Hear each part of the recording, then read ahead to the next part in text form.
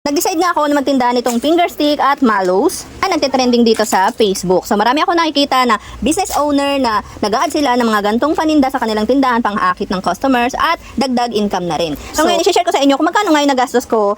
Ngayon mag-i-start nga ako nitong additional na income or business dito sa aking maliit na sari-sari store. So ito yung mga kailangan natin. Meron tayo ditong mallows. Ito yung malalaki na size na mallows. Ang price nito is 120 pesos. And then, ito nga yung finger stick na ang price ay 80 pesos. Then, bumili tayo ng chocolate syrup. Ito yung magpapasarap dito sa ating mallows and finger stick. Ayan, nabili ko siya sa halagang 156 pesos. Enjoy po yung tatak niya. Then, meron din po tayo ditong sprinkles, chocolate sprinkles, mallows na maliliit. Tapos, colorful na sprinkles. Ayan. Ito po ay tag to 25 pesos ang halaga. Then, sa lalagyan naman ay bumili ako nitong paper cup or paper plate na to. 14 pesos ang isa. And then, meron din tayong ibang lagayan. Nag-add lang ako ng extra lagayan. Ito yung 220cc na paper cup. Siyempre, kailangan natin ng lagayan. Bumili rin ako nitong Tupperware na medyo malalim ng kaunti.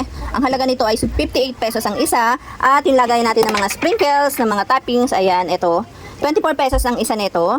So, yung total ng ating nagastos dito sa ating finger sticks at mallows is 824 pesos. Sharing is caring. Mag-start na ako ng aking additional business.